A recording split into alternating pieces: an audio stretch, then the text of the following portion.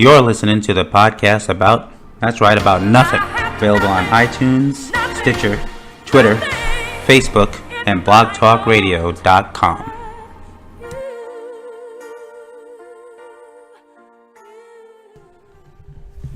Welcome back to another episode of the podcast about nothing. We didn't disappear.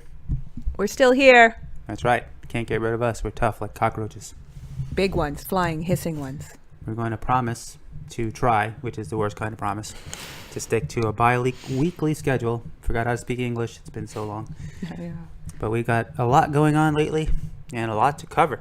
Yes. We will start with Jessy's foray into having a nephew and babysitting a human being that poops every 5 seconds.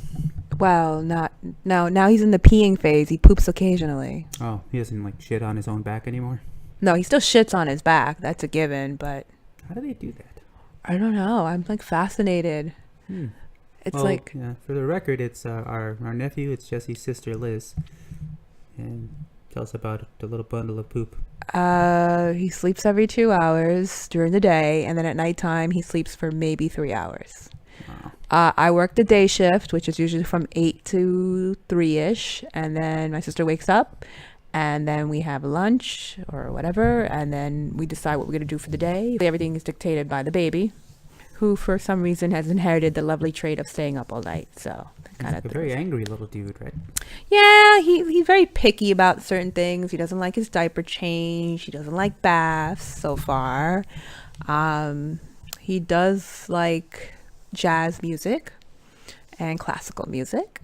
And he has, what do you call him? The grasshopper? Oh, he has very long legs, like a Very frog. long legs. And big feet. And Big feet. He's like a little frog. He's like, what, 4 weeks already? And he is fitting into a 3-month onesie. And what else? I think that's basically it. But that is, every day I wake up is a new day with him because...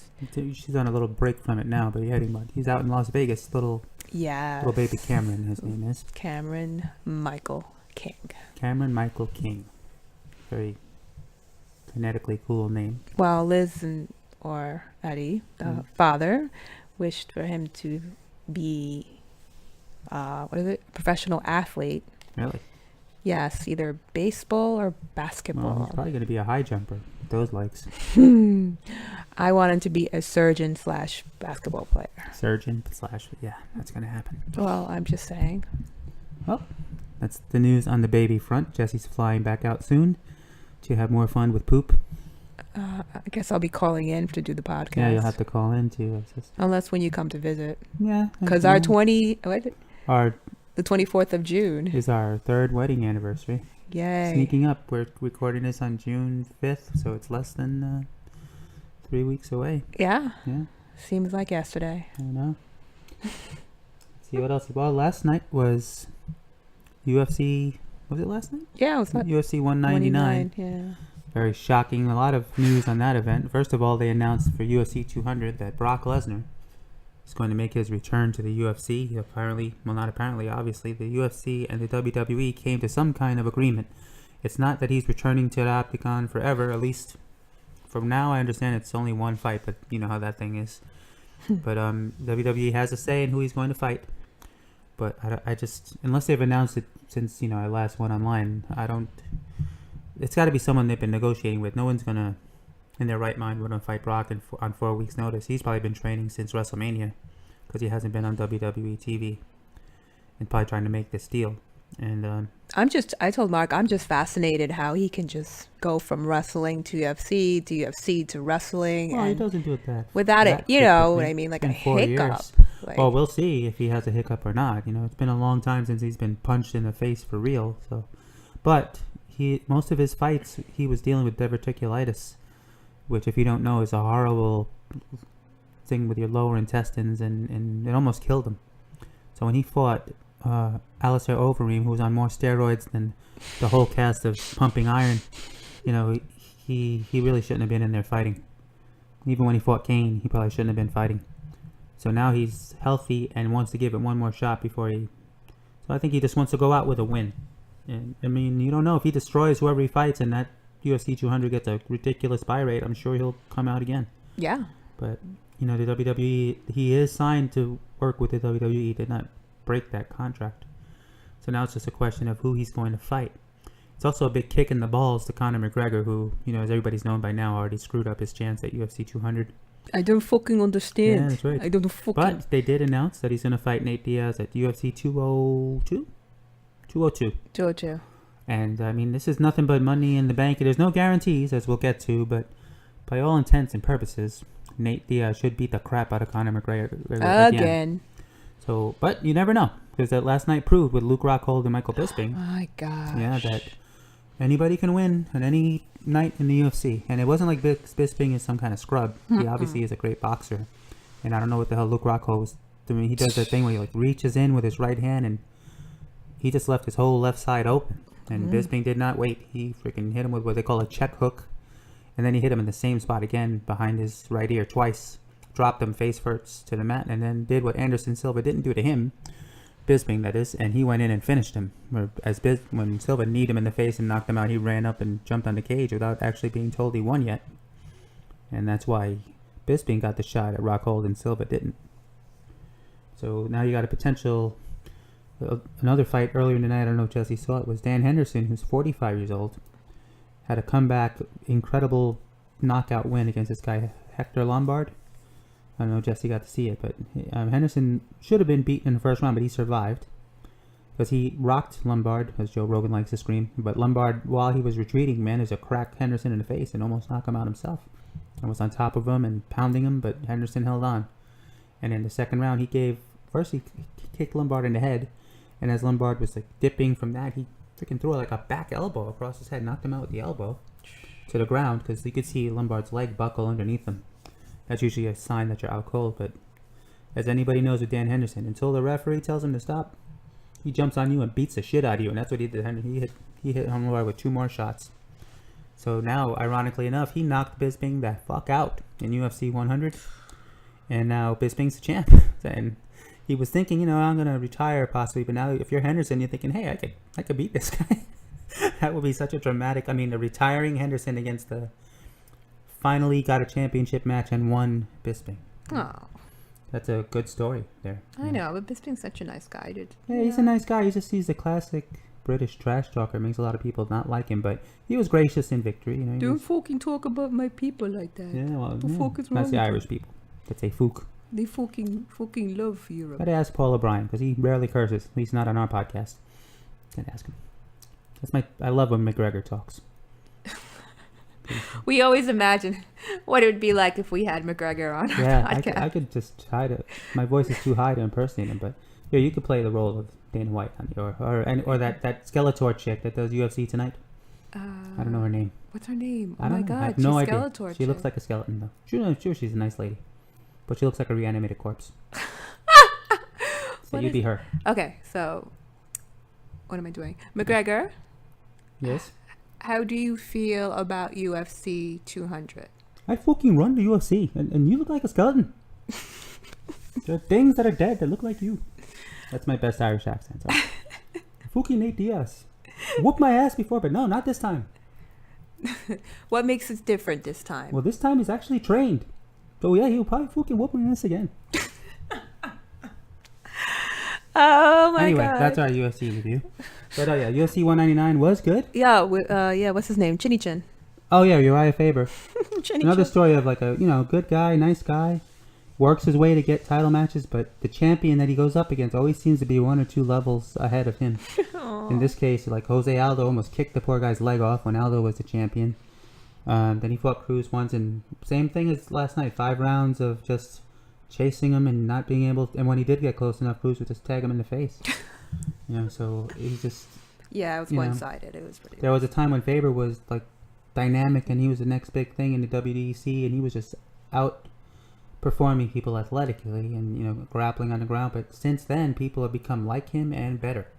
Whereas he's as good as he is, that people are surpassing him. And he even hinted last night that he might be hanging it up.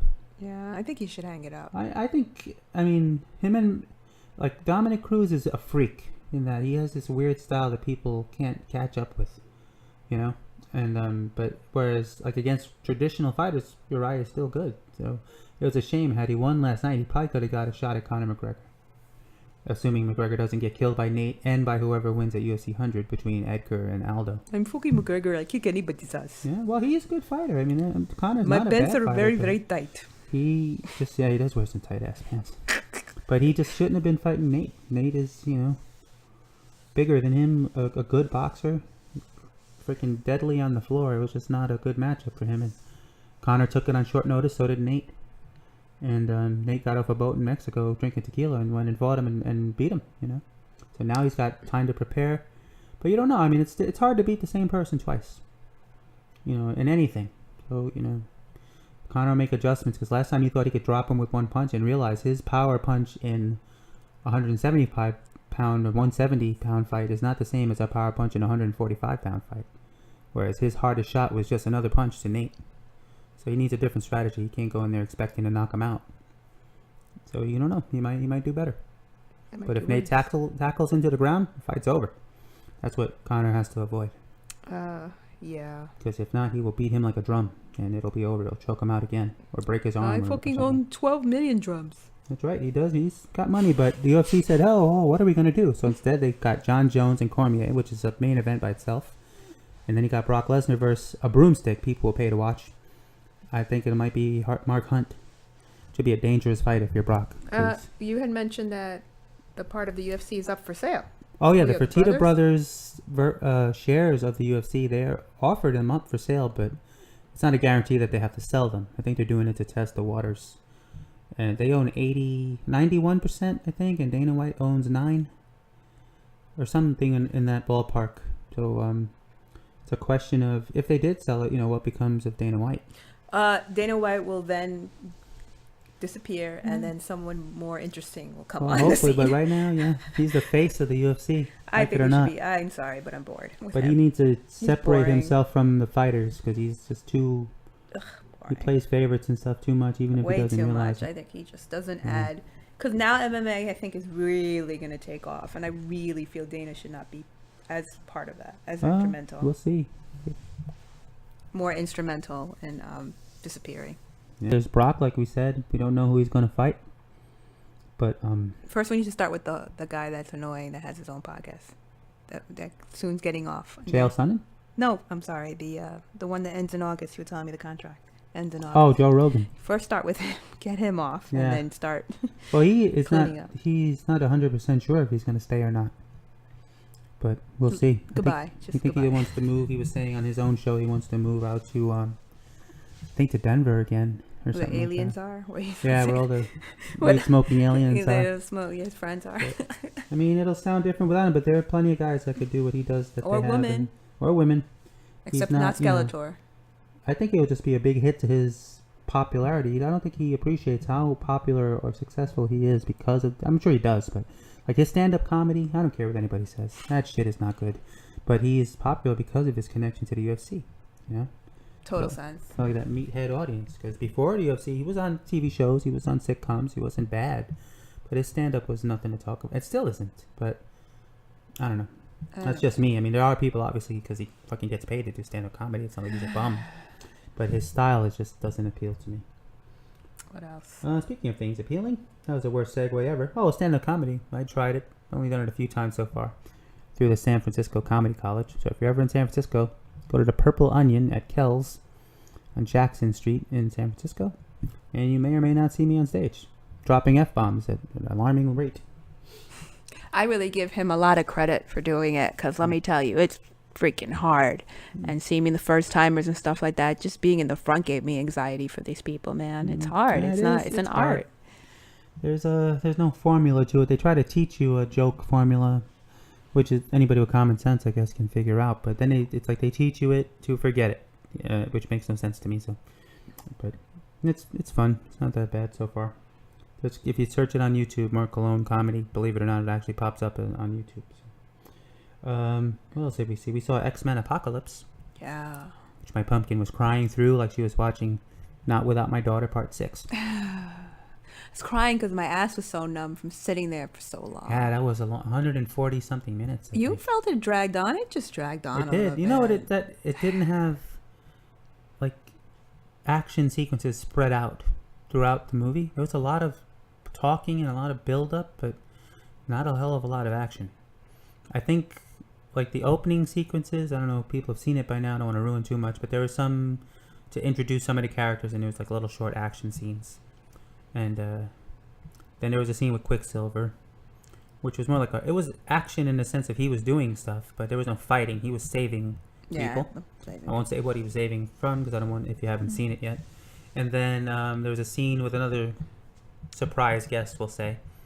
And but the actual X-Men doing some fighting was not until the very end of the movie. Which is whack. Yeah, and and Apocalypse was a great villain, though. Yeah, great villain. Yeah. Very good. Very enjoyed. Yeah, I enjoyed the villain part. I definitely think he was. Yeah, he was. He was, fleshed out. I mean, Bryan Singer knows how to direct a movie, but he could tell which characters he favors. So, oh yeah, big time. Mystique, Nightcrawler. He's a big Magneto lover, so he always tries to make Magneto seem like a good guy and a bad guy at the same time. Well, Magneto does seem like he has. Well, he's not as conflicted in the comics as they make him in the movie.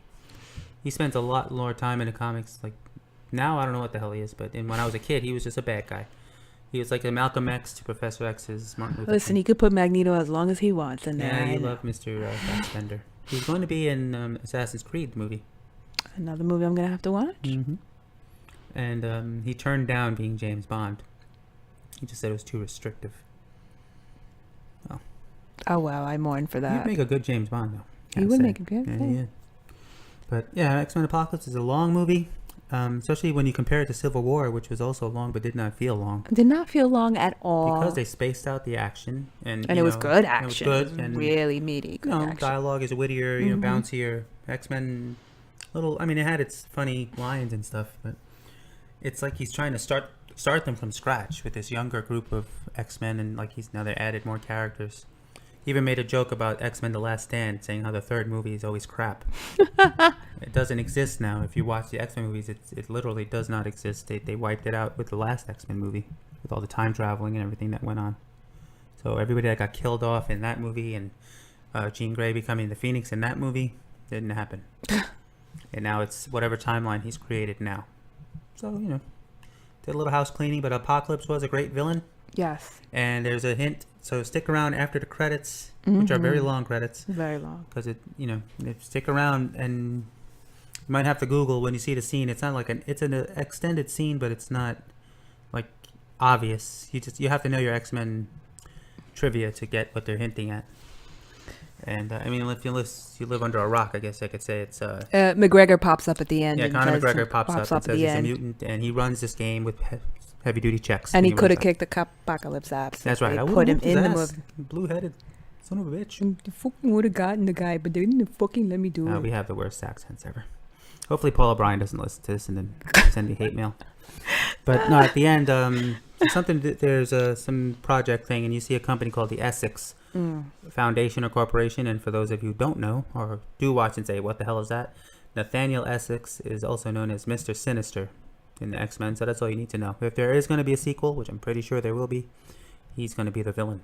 Just like the last year, or a couple of years ago, when they teased, at the end you saw Apocalypse and the Four Horsemen tease the next villain. This one teases Mr. Sinister. Four Horsemen, that sounds familiar. Ronda Rousey. Oh, yeah, 4 horsewomen that never win fights. I always have to point that out to Mark. He always has to point that out. I think is training for wrestling now. Oh, yeah? Which one? Shit. Not the white chick. No, the one they call the Queen of Spades or something. Shayna Baszler. Oh, yeah. I know which one that was. I think she's training to wrestle. Oh, good. That would be entertaining. Yeah, I think she's trying to become She has a face for wrestling. She's a big wrestling fan. I think she's training with... God damn, I can't even remember anybody's name these days. Like another wrestler that I know? Yeah, well, he's a UFC fighter and a wrestler. Wow. I'm looking, I can see his face right now. I can't think of his name. Uh-oh. Well, keep talking, Pumpkin. I got to keep talking anyway. But I like to point that out to Mark about the Four Horsemen, which he likes to point out they're not winning, so they don't count. But I think that Rhonda had a good idea with the Four Horsemen. I mean, I'm just saying the concept sounds cool. But honestly, how can you call them the Four Horsemen if they're not winning? It really is true. But hey, good try. I hope to be another woman tribe like that in the UFC. Josh Barnett. Josh Arnett. Okay. That was really fucking bugging me. Yes. Yeah, Josh Barnett used to wrestle in Japan with New Japan, and he fought in Pancrase, I think, and he's a UFC fighter. And he's a big pro wrestling fan. He's an announcer for New Japan Pro Wrestling on Access with Jim Ross. Oh, Jim Ross. You have a chance to catch that on AXS is a channel, I believe, but they air New Japan pro wrestling replays, and they do with English commentary over them. Jim Ross replaced Mauro Ranallo, who's now on SmackDown. So pretty fair trade, I think. Yeah. Let's see. You know what? We didn't talk about our extracurricular activities. What we did. What do you mean? Traveling all over North Beach. Oh yeah, I went to a festival in North Beach yesterday. It took us 5 hours to find. Didn't really exist. No, so we ended up in Cow Hollow. It's the yuppiest place in America. Very pretty though. Nice place. Yeah. I kind of mixed up my dates. Yes, Jessy does not like to read the instructions. Let's put it that way. I do. I just she looks up don't something. process. She says, "Oh, that's cool," and then, "It's in 3 weeks." Things like that. We ended up in Tenderloin for a hot minute, and I saw some unique signs. I told Mark, "Welcome to Tenderloin." Yeah. And the first one was a black lady who I would have to say I could see living in Tenderloin, and then the second one was an Asian family, and both things said, "Stop, you're in my hood now." Awesome. Yeah, I was like, wow. They're trying to push the Tenderloin as a place to live. If you're listening now saying, what the hell is a Tenderloin? It is the, low rent district of San Francisco, which happens to be right in the middle of the city. Where Dead you in can the see middle. wandering heroin addicts, psychos, get your car broken into, that sort of thing.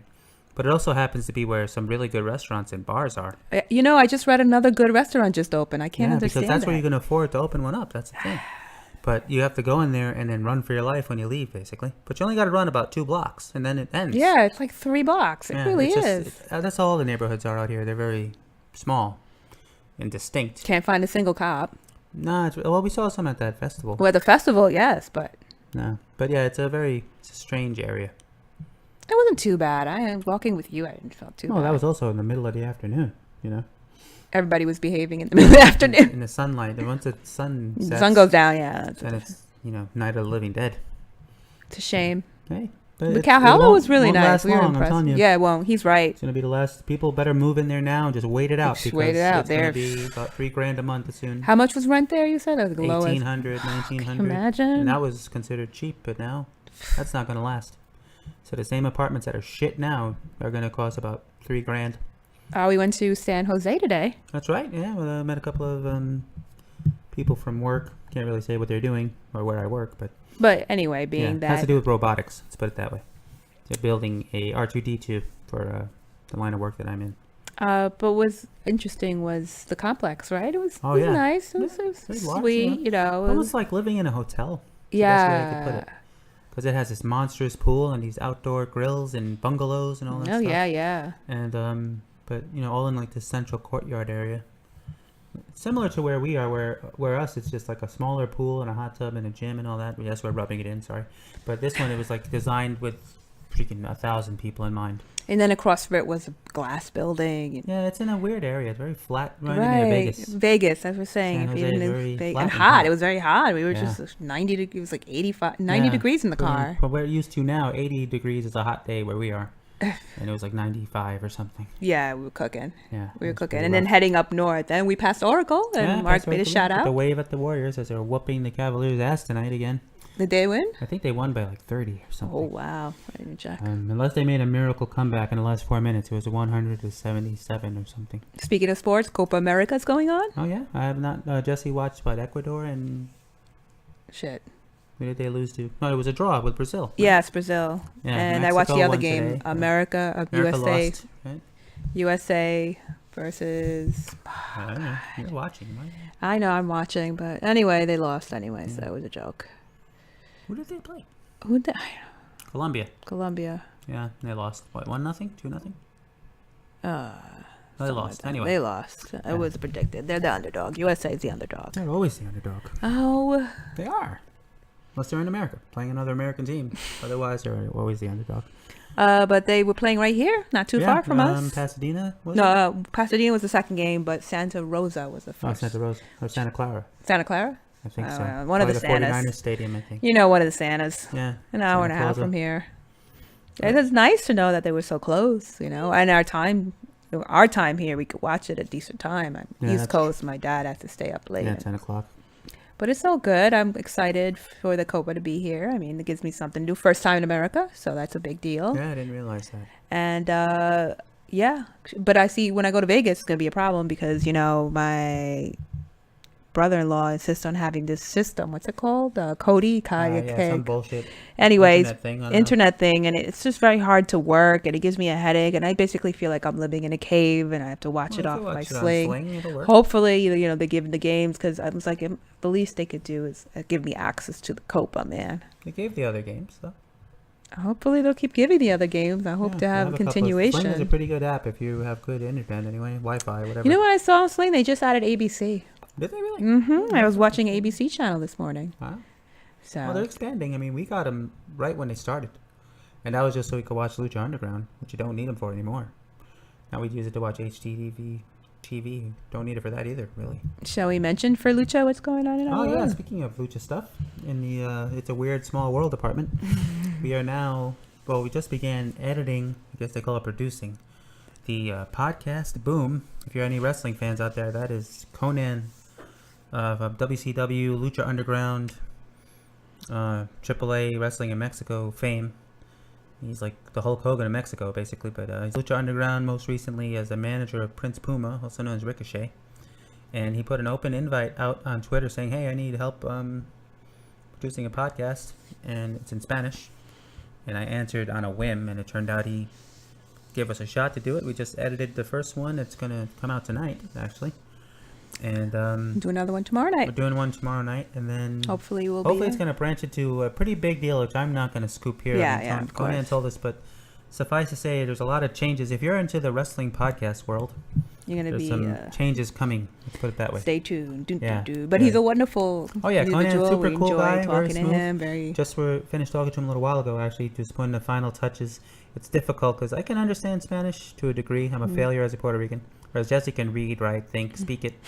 So it's a combination effort where like he's giving me time checks to edit something, and I just naturally can't listen to it and think, okay, I could cut off here. It makes sense because it's just I have to listen to it like 7 times before my brain kicks in. Whereas Jessy could just listen to it and say, all right, yeah, that's where you stop. Yeah. So but it took a few more edits than it normally you should have. Yeah. But in the end, he's just grateful that we're doing it right now for nothing, obviously, and on our own time, working around his crazy time schedule. Because but through him, who knows what kind of, and he's also agreed while we're at it to be on our show, Yay. and we're going to review UFC 200 with him and the WWE draft, which will be coming the week following, I believe. Oh wow. So a pretty good combination show. So keep that in mind. In about a month, I'm sure we'll advertise it before then, but we'll have Konnan on there. So any Konnan fans or MLW radio fans could come to us to listen to Konnan because you might have problems listening to him there.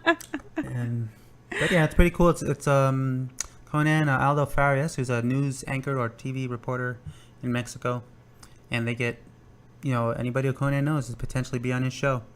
Rey Mysterio, Alberto Del Rio, anybody out of Mexico. Right now, he's on a campaign to expose issues with AAA wrestling, how they treat their performers, and he's the first guy in at least lucha wrestling history to speak like this, and expose the business and how they don't pay the guys well or don't treat them well or they wrestle in inferior conditions and stuff like that. And he also has an audience that just hasn't been tapped, a Spanish audience. So all your Spanish listeners. That's right. You're gonna have a new place and listen out for our name. He's gracious enough to name drop us here and there.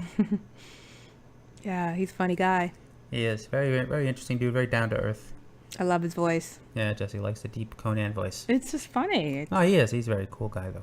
Yeah. And he's offered, to be on the show and whenever we want, which is cool. I won't abuse it, but I'm sure I'll ask him. And because even when we just deal with work, he just ends up yakking with us for like 10 minutes. It's pretty Yeah. fun. Or more. We were talking about Puerto Rico wrestling today actually, because I was telling him how I was there. My cousin Richie, what's up, Rich? My brother Louie. Andy was still a baby, but we were there at Bayamon Stadium. That's not the name of the stadium, but that's what it was. When Bruiser Brody, famous wrestler, was stabbed, unbeknownst to the audience, and killed in the showers when he was supposed to be in a main event. And instead, Tony Atlas came out to replace him. We were all like, we waited all night for this, and we got freaking Tony Atlas instead. and we didn't know why. And it turned out it's because somebody killed Brody. The invader number one was his name. I think his last name is Gonzalez. I might be wrong, but Konnan actually gave us an inside scoop saying the guy invader was telling him, without solicitation, telling him what happened, and he said that he was having issues with Brody in America, and then in PR, and he was just prepared to fight with him in the showers, and he had a knife on him, and he expected to stick him and teach him a lesson. He didn't intend. At least that's what he said. He didn't think he would kill him, and he did. He stabbed him too deep, obviously, in the gut. And nobody came rushing to help Brody either, and he bled out, I believe. But, young me, about 10 or 11 years old in the stands, I think it was, or maybe a little older, just thinking, damn, I really wanted to see him. I thought maybe he didn't show up or something. It sounds weird, that story. And the next day in the newspaper, he was on the front page of the paper the next day, Brody's face. And I remember looking at it and telling my cousin Richie, look at that son of a bitch. And no show, and Richie goes, holy shit, man, that motherfucker's dead. I mean, it's not funny that he was dead, but just the story, the memory of it. It's like, what? Are you serious?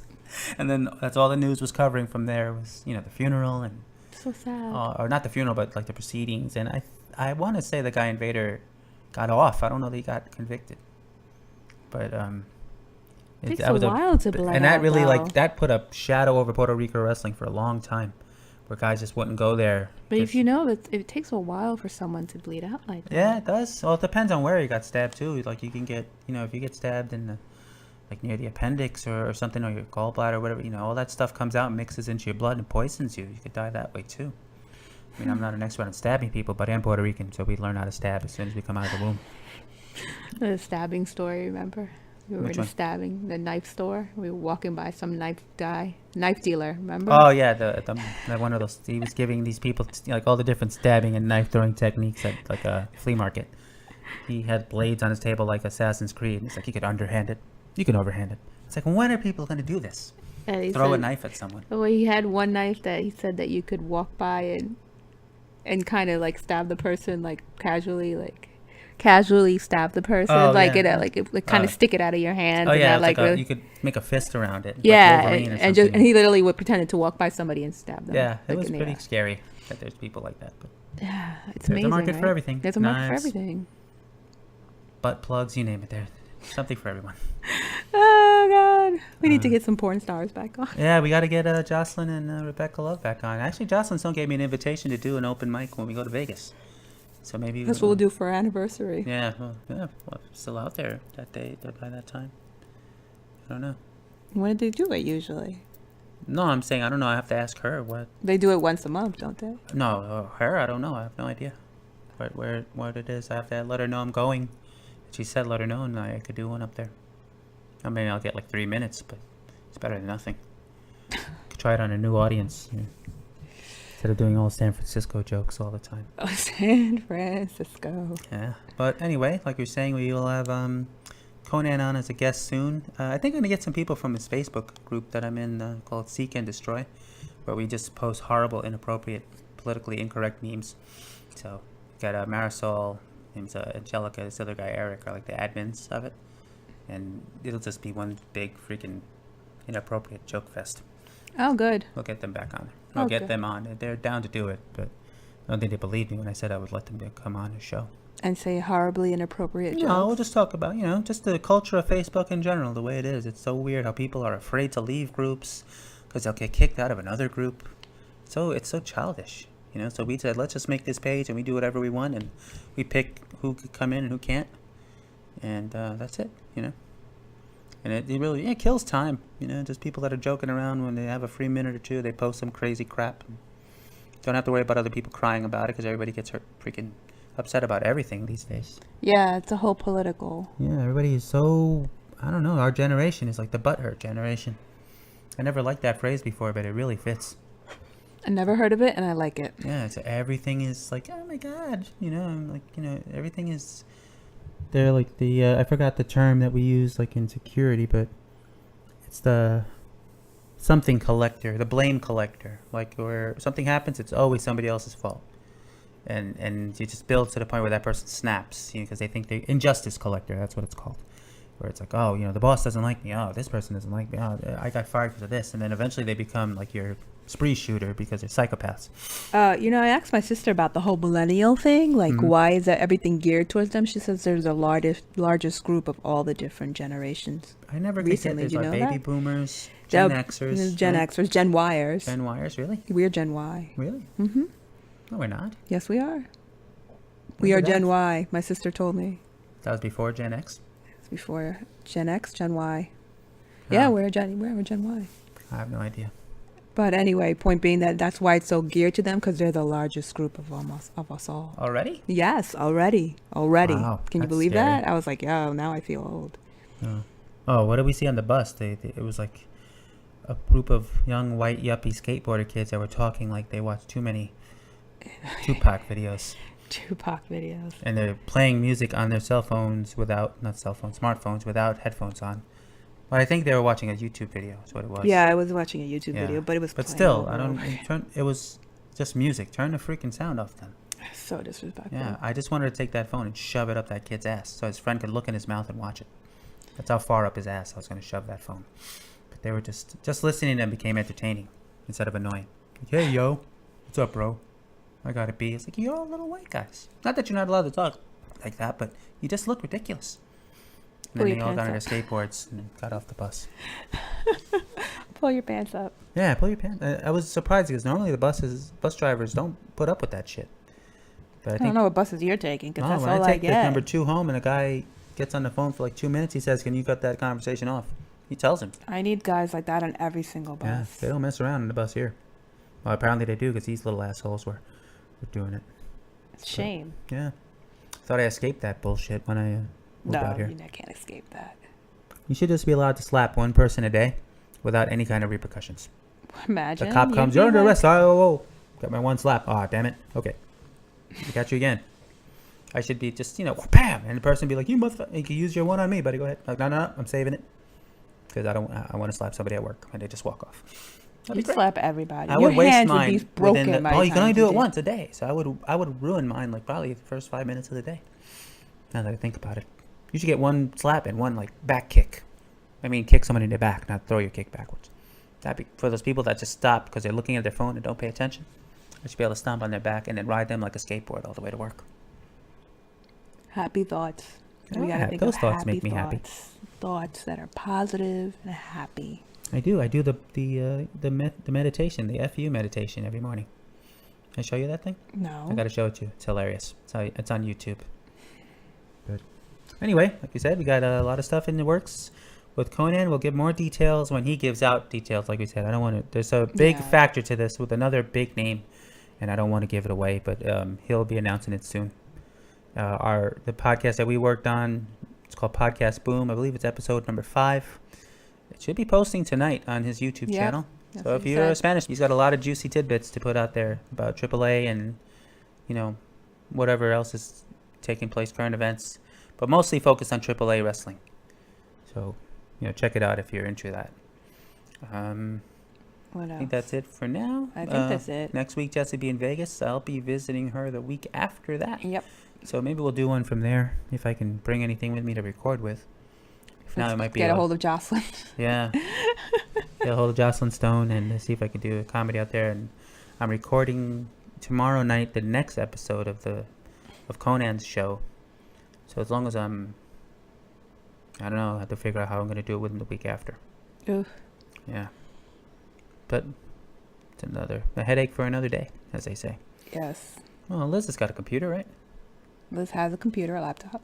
All right, so I might be able to do it on her laptop. If not, I don't know what we're going to do. Cameron can go in. Yeah. The baby could just cry throughout the whole entire headphones on. Jesus Christ. I don't know. Maybe I can put it on my laptop from work. I don't know what we're going to do. Figure it out. Yeah. Anyway, enough mulling around about stuff. This is a quick one. We just wanted to let people know we were still alive. Anything else going on, babe? Before we jump off? Blazed. Oh, yeah. That's it. Yeah, it's Konnan's description on Skype. Blazed. Blazed. And boom. Boom. That's about it. And we will talk to you guys soon. We're here. Hopefully in a week or two. Yeah. On the podcast about nothing. Bye, guys. That's right. Till then, take care. Wash your hair. Orgullosamente Latino hasta la muerte y después. Worldwide Latino pride, the ambassadors of violence. LAX, K-Dog, the notorious 187 homicide. Bang the dang the dang dang. Don't say nothing. Bang the dang the dang dang. We don't bang the dang the dang dang. Just act like you know and homie stop. I come through stomping. I'm from Miami, not Compton. Down with the essays in the city.